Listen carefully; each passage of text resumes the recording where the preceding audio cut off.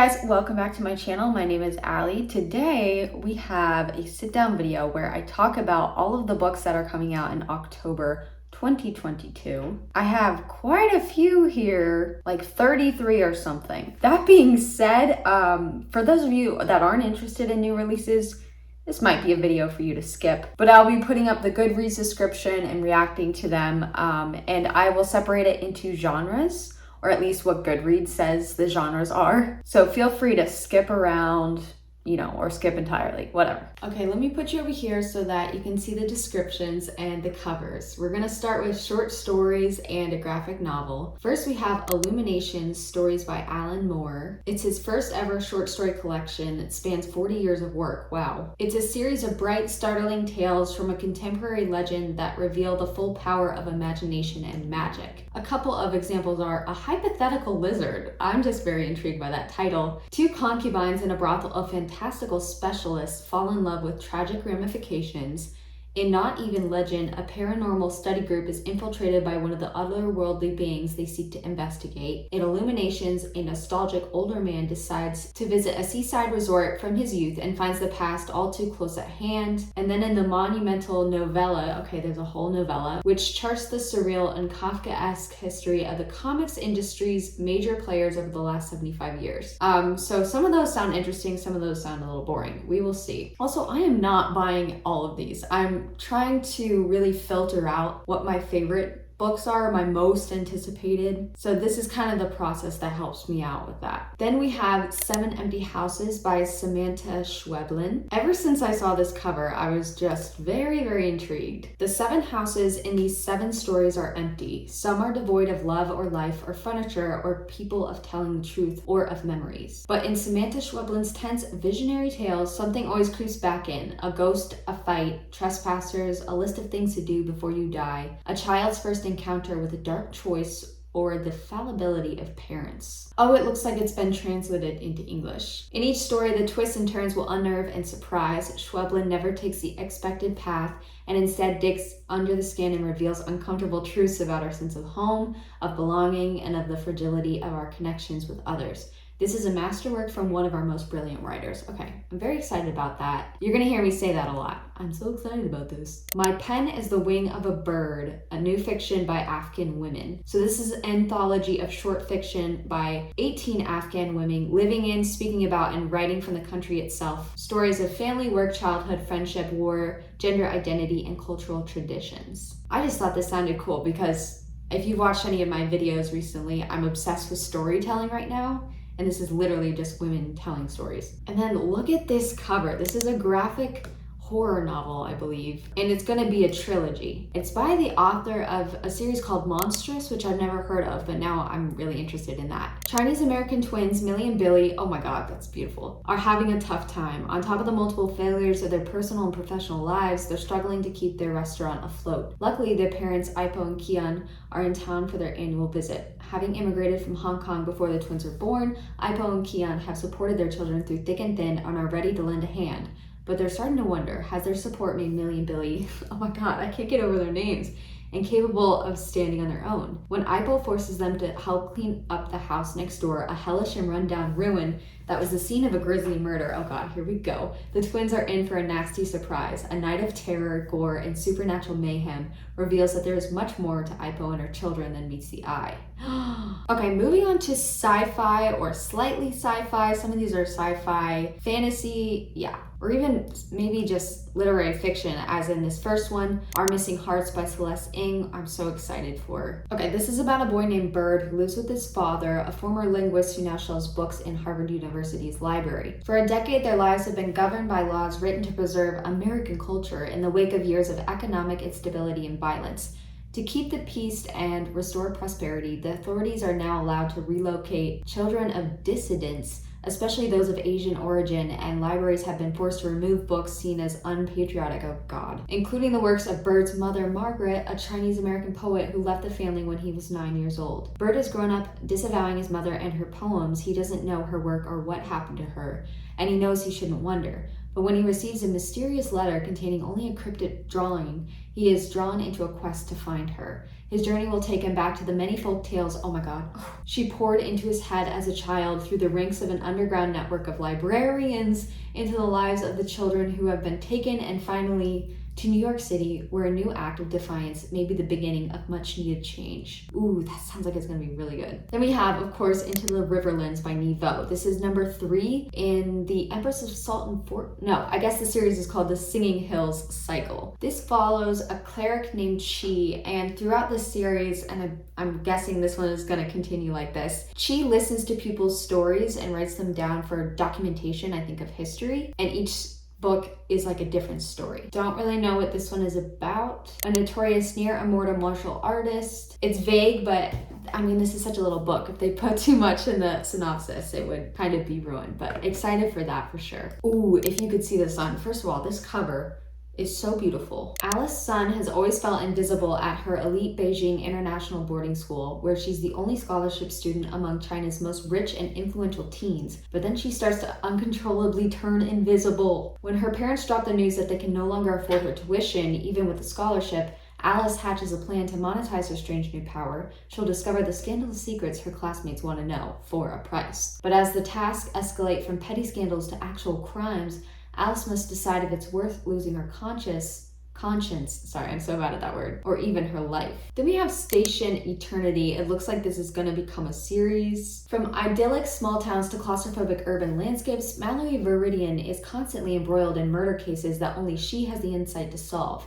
But outside of a classic mystery novel, being surrounded by death doesn't make you a charming immature detective. It makes you a suspect and a social pariah. So when Mallory gets the opportunity to take refuge on a sentient space station, this is the cool part, yeah. She thinks she has a solution. Surely the murders will stop if her only company is alien beings. At first, her new existence is peacefully quiet and remarkably devoid of homicide. But when the station agrees to allow additional human guests, Mallory knows the break from her peculiar reality is over. After the first Earth shuttle arrives and aliens and humans alike begin to die, the station is thrown into peril. Stuck smack dab in the middle of an extraterrestrial whodunit.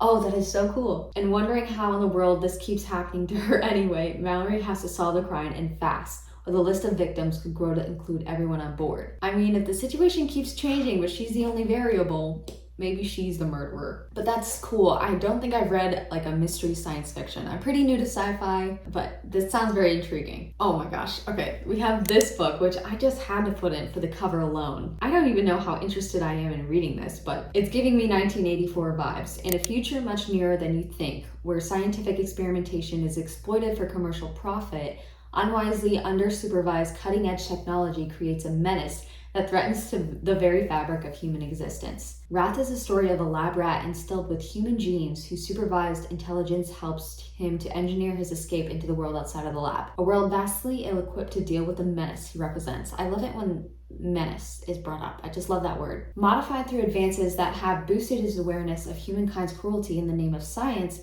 and endowed with a rat's natural proclivity to procreate regularly, Sammy has the potential to sire a rodent army capable of viciously overwhelming the human race. First of all, the cover is frightening, but like so striking. Second of all, we have like a rat in the attic. So this is gonna be an actual scary Halloween book that I might read. Then we have The Mountain into the Sea by Ray Naylor. Humankind discovers intelligent life in an octopus species with its own language and culture, and sets off a high-stakes global competition to dominate the future. Dr. Ha Nguyen, who has spent her life researching cephalopod intelligence, will do anything for the chance to study them. The transnational tech corporation Dianema has sealed the remote blah blah blah. Okay, so everyone's trying to like get to know these octopi, but no one's asked the octopuses, is it octopuses or octopi, what they think and what they might do about it. That's the part that I'm intrigued about. I don't care about all the science shit. I want to just know,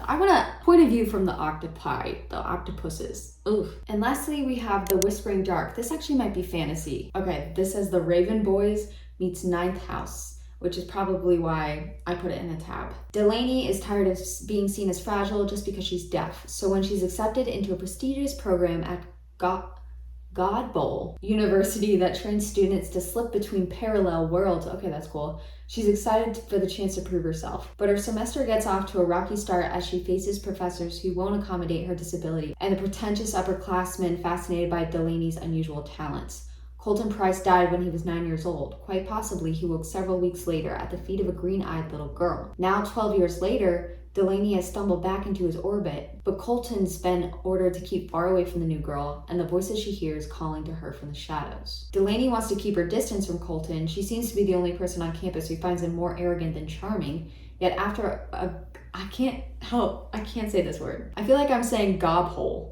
Like, shut your gobhole. A student turns up dead. She and Colton are forced to form a tenuous alliance, plummeting down a rabbit hole of deeply buried university secrets. But they discover, of course, that the cost of opening the doors between worlds when they find themselves up against something old and nameless, an enemy they need to destroy before it tears them and the forbidding partnership apart. Okay, moving on to horror. This is Halloween month, so I am ready. Again, some of these might be in different genres as well. So we have Jackal by Erin E. Adams. A young black girl goes missing in the woods outside her white Rust Belt town, but she's not the first and she might not be the last. It's Watching. Liz Rocher is coming home reluctantly. As a black woman, Liz doesn't have the fond memories of Johnstown, Pennsylvania, a predominantly white town.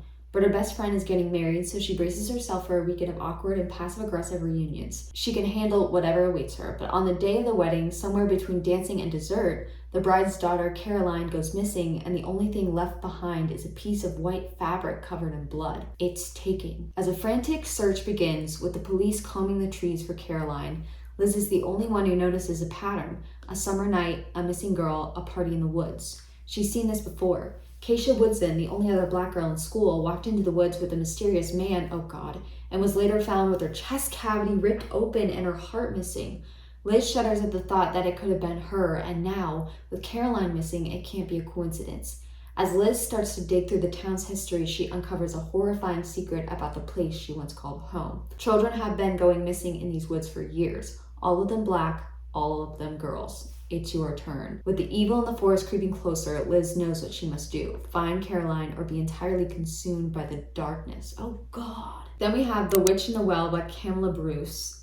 This cover just looks very creepy. The Witch in the Well is a dark Norwegian thriller. Oh wait, is it a thriller? When two former best friends unite after decades apart, their grudges, flawed ambitions, and shared obsessions swirl into an all-too-real echo of a terrible town legend. Centuries ago, beautiful young Elizabeth Clark was accused of witchcraft after several children disappeared. Ooh, we have Hocus Pocus. Her acquittal did nothing to stop her fellow townsfolk from drowning her in the well where the missing children were last seen. Oh God, this already sounds so scary. When author and social media influencer Elena returns to the summer paradise of her youth to get her family's manor house ready to sell, the last thing she expected was connecting with and feeling inspired to write about I can't say that name. Elspeth's infamous spirit, the very historical figure that her ex-childhood friend Kathy has been diligently researching and writing about for years. What begins as a fiercely competitive sense of ownership over Elspeth and her story soon turns both women's world into something more haunted and dangerous than they could ever imagine. Oh, that sounds very fun. Oh, then we have Such Sharp Teeth.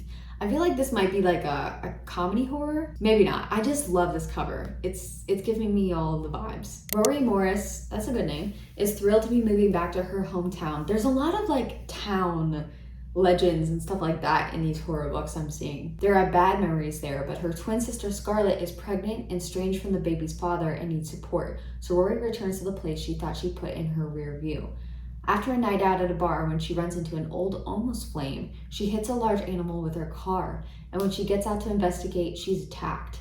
Why am I smiling? Rory survives miraculously, but life begins to look and feel different. She's unnaturally strong and with an aversion to silver, and suddenly the moon has her in its thrall. She's changing into someone else, something else, maybe even a monster. But does that mean she's putting those close to her in danger, or is embracing the wildness inside of her the key to acceptance? Okay, it's a darkly comedic love story. Oh my gosh. Oh, this is another cover that's like, this might be funny and scary. A darkly humorous, surprisingly poignant, and utterly gripping debut novel about a guy who works in hell, literally, and is on the cusp of a big promotion if only he can get one more member of wealthy Harrison family to sell their soul. Peyote Trip, what a name, has a pretty good gig in the deals department on the 5th floor of hell. When the Harrisons retreat to the family lake house for the summer with their daughter, Mickey's precocious new friend Ruth, in tow, the opportunity Pay has waited a millennium for might finally be in his grasp, and with the help of his charismatic coworker Calamity,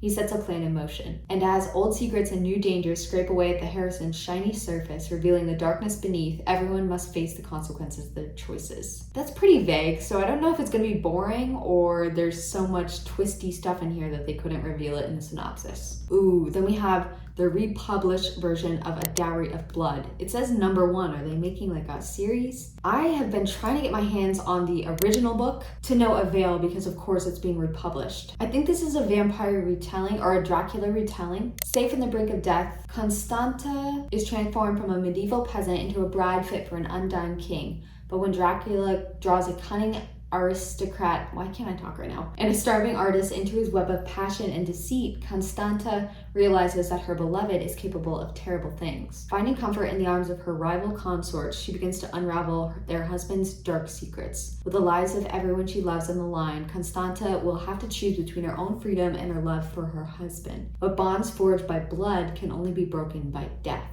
Interesting. Oh gosh, my voice is already getting like hoarse. Okay, then we have Loot by Jennifer Thorne. Wicker Man meets Final Destination in Jennifer Thorne's atmospheric, unsettling folk horror novel about love, duty, and community. On the idyllic island of Loot, every 7th summer, 7 people die. No more, no less. Loot and its inhabitants are blessed year after year with good weather, good health, and good fortune. They live a happy, superior life untouched by the war that rages all around them.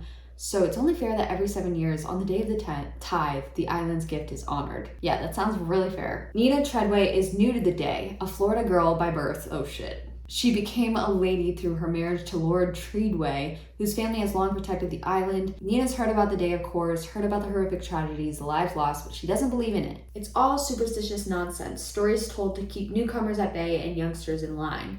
Then the day begins, and it's a day of nightmares, of grief, of reckoning, but it's also the day of community, of survival and strength, of love at its most pure and untamed. When the day ends, Nina and Loot will never be the same. I feel like this could be hit or miss, just like in the way it's written. Ooh, then we have A Hollow Kind by Andy Davidson. I just love this cover. Nellie Gardner is looking for a way out of an abusive marriage when she learns that her long-lost grandfather, August Redfern, has willed her into his turpentine estate. She throws everything she can think of in a bag and flees to Georgia with her 11-year-old son Max in tow. It turns out the estate is a decrepit farmhouse on 1,000 acres of old pine forest, but Nellie is thrilled about the chance for a fresh start for her and Max, and a chance for the happy home she never had. I'm guessing it doesn't go as planned. So it takes her a while to notice the strange scratching in the walls. Oh god, the faint whispering at night, how the forest is eerily quiet.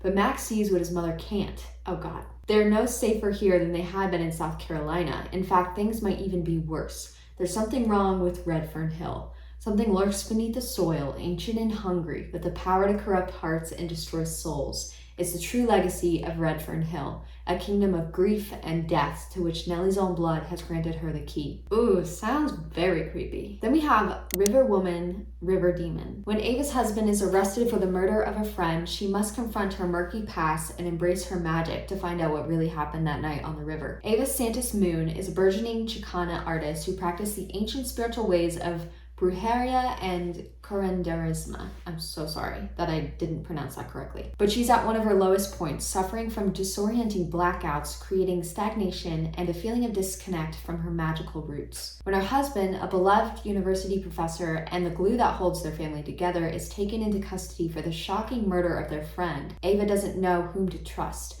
least of all herself. She soon falls under the suspicion as a potential suspect, and her past rises to the surface, dredging up the truth about an eerily similar death from her childhood. Struggling with fragmented memories and self-doubt, and increasingly terrified Ava fears that she might have been involved in both murders, but why doesn't she remember? Only the dead women know for sure, and they're coming for her with a haunting vengeance. As she fights to keep her family out of danger, Ava realizes that she must use magic as a bruja to protect herself and her loved ones, while confronting her own dark history. There's a lot going on in that. but it sounds pretty good. Then we have It Rides a Pale Horse, which may just be a Halloween read. I don't know, it looks just like straight up scary. The Larkin siblings are known around the small town of Wofford Falls. Both are artists, but Peter Larkin, oh my god, pretty sure that was like my orchestra director in high school's name. Lark to his friends is the hometown hero, the one who went to the big city and got famous, then came back and settled down. He's the kind of guy who becomes fast friends with almost anyone. His sister Betsy, on the other hand, is more ... eccentric. She keeps to herself. When Lark goes to deliver one of his latest pieces to a fabulously rich buyer, it seems like a regular transaction. Even being met at the gate of the sprawling, secluded estate by an intimidating security guard seems normal, until the guard plays him a live feed, Betsy being abducted in real time. Lark is informed that she's safe for now, but her well-being is entirely in his hands.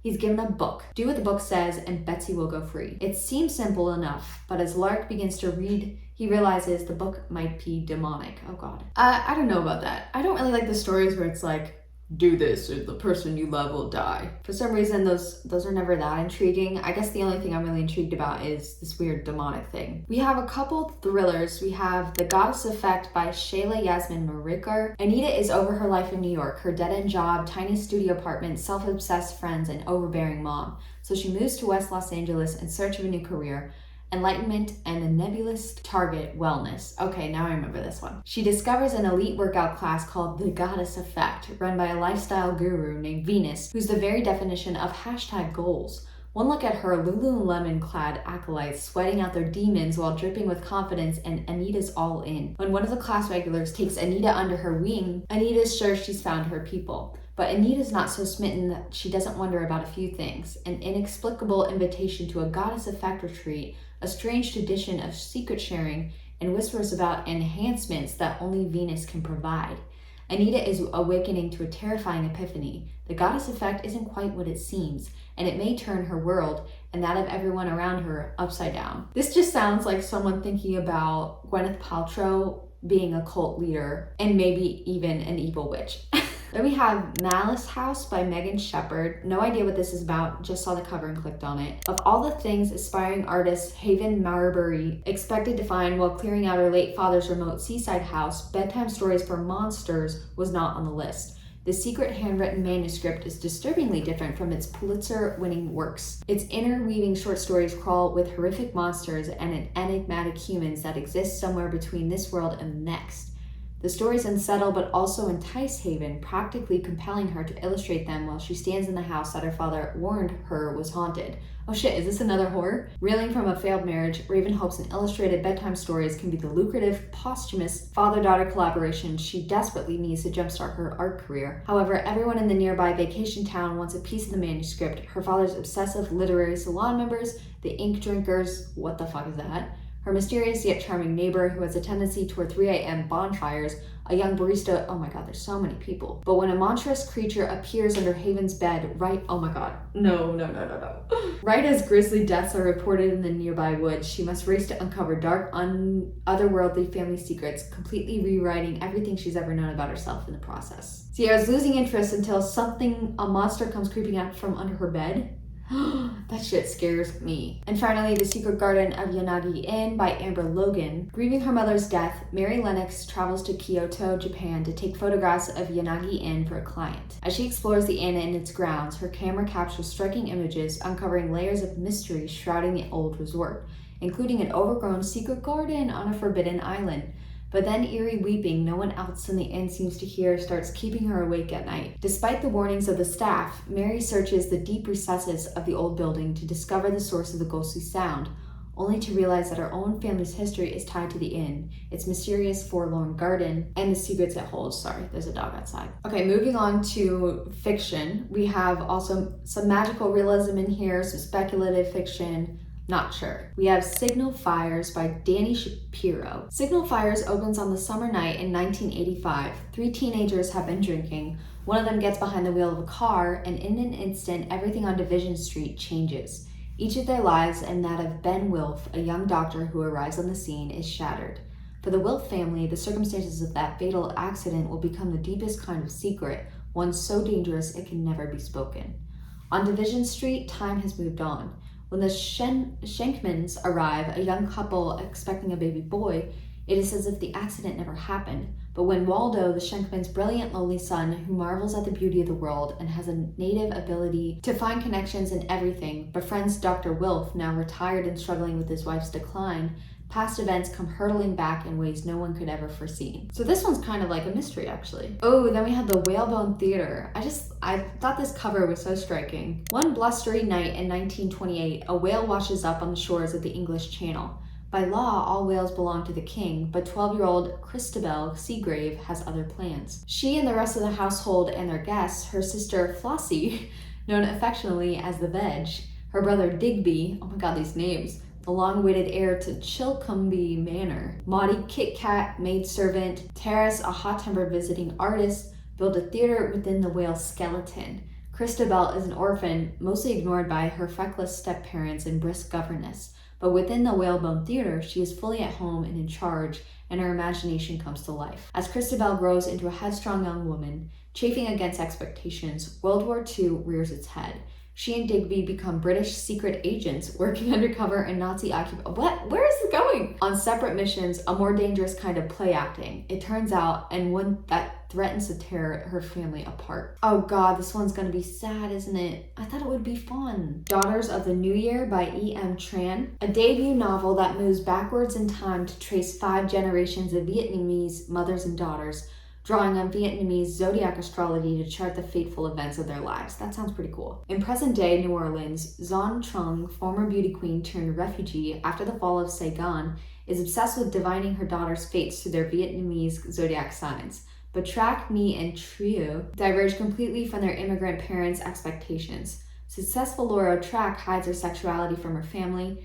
Nee competes as the only woman of color of a bachelorette reality TV show, and Trio, a budding writer, is determined to learn more about her familial and cultural past. Sorry if I mispronounce any of their names. As the 3 sisters begin to encounter strange glimpses of long-buried secrets from the ancestors they never knew, the story of the Trung women unfurls to reveal the dramatic events that brought them to America. I love an epic generational story. Plus the zodiac thing sounds really cool. And then we have When We Were Sisters by Fatima Asker, and I think this is going to be a tearjerker. In this heart-rendering, oh boy, lyrical debut work of fiction, Fatima Asker traces the intense bond of 3 orphan siblings who, after their parents die, are left to raise one another. Oh god!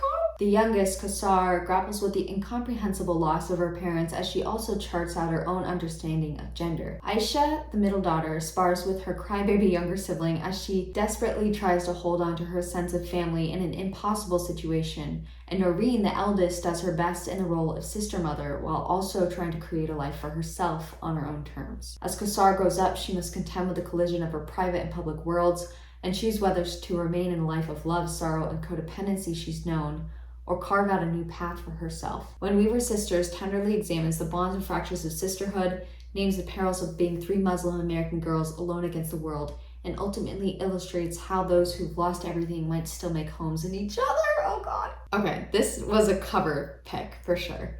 This is Dinosaurs, a novel by Lydia Millett. This is the story of an Arizona man's relationship with the family next door, whose house has one wall made entirely out of glass. The story delivers attraction and love, friendship and grief, but Millett also evokes the uncanny. Through the close observation of human and animal life in the desert, she captures the daunting scale of human society without losing sight of the real difference one person can make in the world. So this sounds like it's going to be really literary fiction, just questions more so than plot. I'm always down for books like that, but I hope it's not boring. Then we have Never Meant to Meet You, a novel by Ali Frank and Asha Humans. This was also just a cover pick. I just thought it looked cool. Self-appointed fixer of other people's woes, Margaret Lewis is uncharacteristically determined to keep her side of the driveway when it comes to her flawless neighbor, Noah Abrams. But when tragedy strikes Margette Street and an unexpected child shows up on the first day of school with an uncle who has all the class moms aflutter, Margette is forced to contend with both her neighbor and her own heartache over losing the life she once thought she guaranteed. Through laughter, tears, and the gift of found family,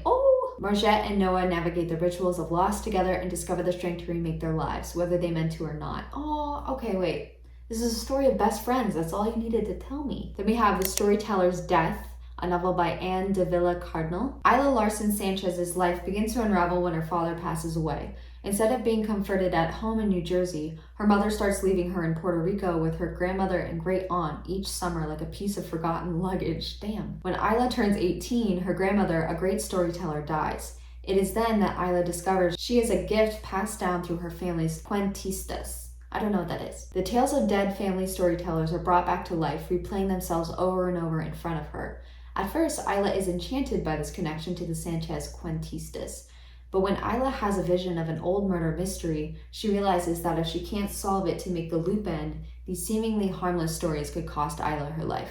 So this sounds like a mix of magical realism, but also like a mystery thriller. Ooh, then we have Self-Portrait with Nothing. Abandoned as an infant on the local veterinarian's porch, Pepper Rafferty was raised by two loving mothers and now at 36 is married to the stable, supportive Ike. She's never told anyone that at 15 she discovered the identity of her biological mother. That's because her birth mother is Eula Frost, a reclusive painter famous for the outrageous claims that her portraits summon their subjects' doppelgangers from parallel universes. That's so cool. Reaching the rumors, Pepper couldn't help but wonder, was there a parallel universe in which she was more confident, more accomplished, better able to accept love? A universe in which Ula decided she was worth keeping? Ooh. A universe in which Ula's rejection didn't still hurt too much to share. Sometimes living our best life means embracing the imperfect one we already have.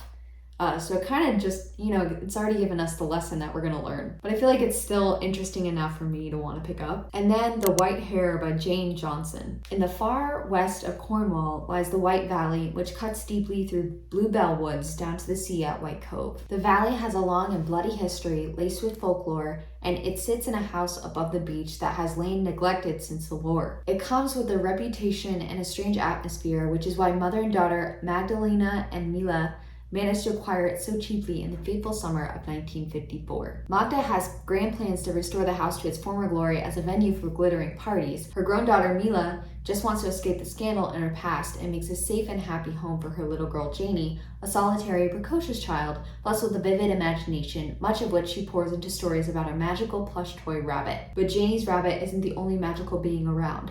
Legend has it that an enchanted white hare may be seen running around the woods. Is it an ill omen or blessing?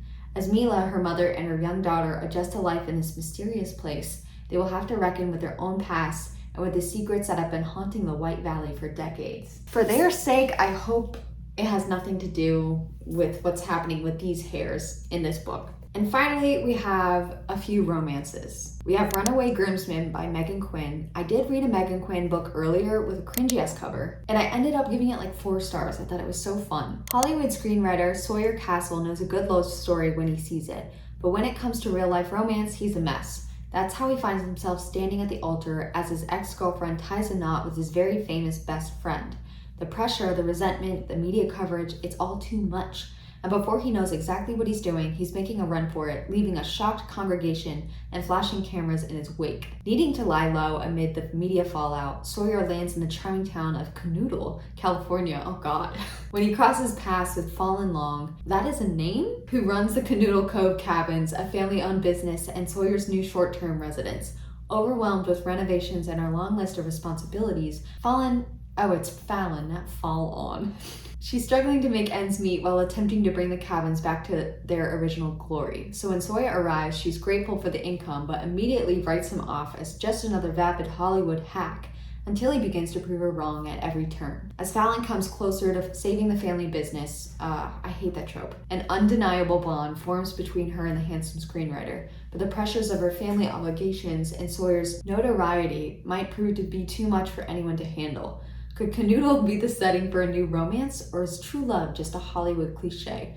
I think I'm going to give this a chance, mostly because I did have really fun with Megan Quinn's other book, and I think her books mostly go on Kindle Unlimited, so it'll be free to me. Well, not free, but Beautiful Graves by L.J. Shen. I've had one book by L.J. Shen that I either DNF'd or didn't like, and then one book I really had a lot of fun with. Vicious, I think I DNF'd. It was like just really annoying alpha male energy. But then I read Punk Love, which is like a novella, and it's actually based on her life, I think. And so the storytelling atmosphere of this one, I really, really enjoyed it. But let's find out what Beautiful Graves is about. They say first loves are oftentimes the end of one's innocence. Those words couldn't ring truer for Evelyn Lawson, whose first brush with romance came with a heartbreak, and the thing that seems to follow her everywhere she goes, death. After a great tragedy, Evelyn loses all she cares about, her dreams, her family, and her soulmate, Joe. Guilt-ridden, Evelyn decides to isolate herself in Salem, Massachusetts. A shell of the woman she once was, she takes her days one at a time, careful not to allow herself the joy she believes others in her life were robbed of. Well, that is so depressing. But when the mysterious, handsome Dominic storms into her life, it becomes more difficult to stay in solitude. Dominic is different, adventurous, joyous, with lust for life and a passion to make her his. Evelyn is on the cusp of reinventing herself once again when the old wounds of her past are resurrected, rawer than ever. There is nothing worse than being in love with two men, especially when one of them hates you. Wait, is her old love like coming back to life? What? Okay, I'm intrigued enough to give this a try for sure. Then we have Mistakes Were Made by Meryl Wilsner. When Cassie Klein goes to an off-campus bar to escape her school's family weekend, she isn't looking for a hookup. It just happens. Buying a drink for a stranger turns into what should be an uncomplicated, amazing one-night stand, but then the next morning rolls around and her friend drags her along to meet her mom. What? The hot older woman Cassie slept with. Oh!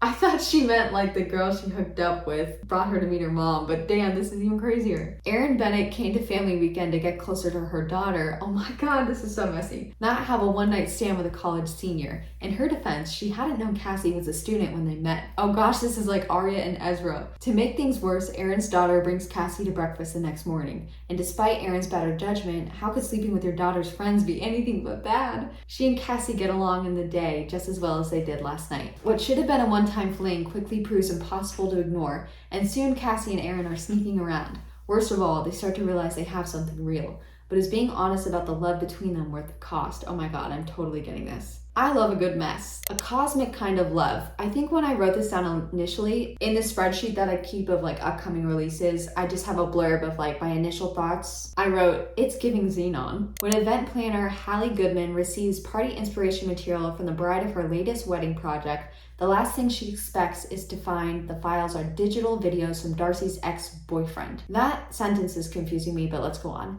Hallie knows it's wrong to keep watching these personal videos, but this guy is cute, funny, and an astronaut on the International Space Station to boot. She's only human, and it's not long until she starts sending emails and video diaries to his discontinued NASA address. That is next level stalker shit. Since they're bouncing back, there's no way anyone will ever be able to see them, ... right? Christopher Ortis is readjusting to life on Earth and being constantly in the shadow of his deceased older brother. When a friend from NASA's ID department forwards him the email and video messages Hallie has sent him, he can't help but notice how much her sense of humor and pink hair make his heart race. Separated by screens, Hallie and Chris are falling in love with each other, one transmission at a time. But can they make their star-crossed romance work when they each learn the other's baggage? This sounds messy, but maybe in a convoluted way. I don't know. I'll have to see reviews first. And then I see that Anna Huang has something coming out on October 18th, King of Wrath.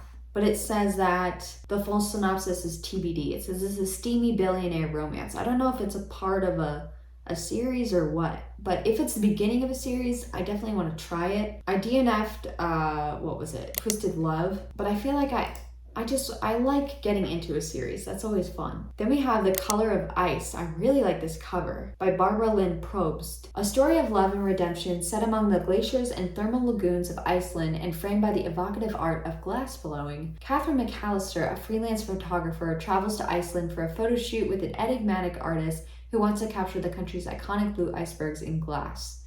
Her plan is to head out when the job is done on a carefully curated Best of Iceland solo vacation. Widowed young, Catherine has raised 2 children while achieving professional success.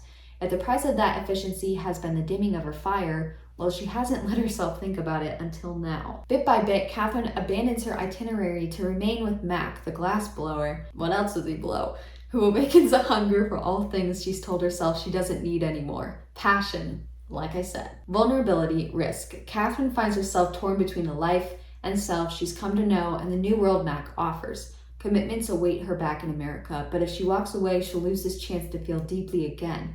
But when her path seems clear, she's faced with a shocking discovery and a devastating choice that shows her what love really is. I just think the setting is really cool. I don't think I've read a romance that's like in Iceland. And then we have When Life Gives You Vampires. 25-year-old Lily Baines is used to waking up hungover, overweight, and underemployed.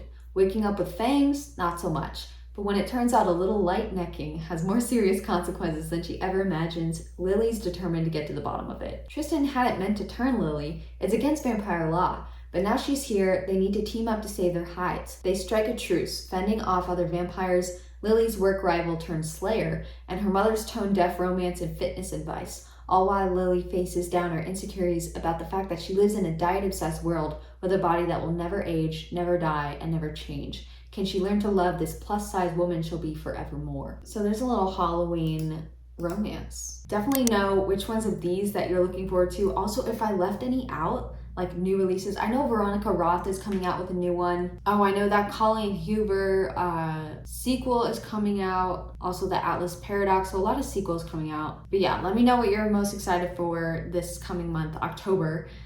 Even if it's not on the list. All right, thank you for watching. And if you don't know, I'm doing the September series where I upload a video every single day. This is day 19, so I will see you tomorrow for probably a reading vlog. All right, bye.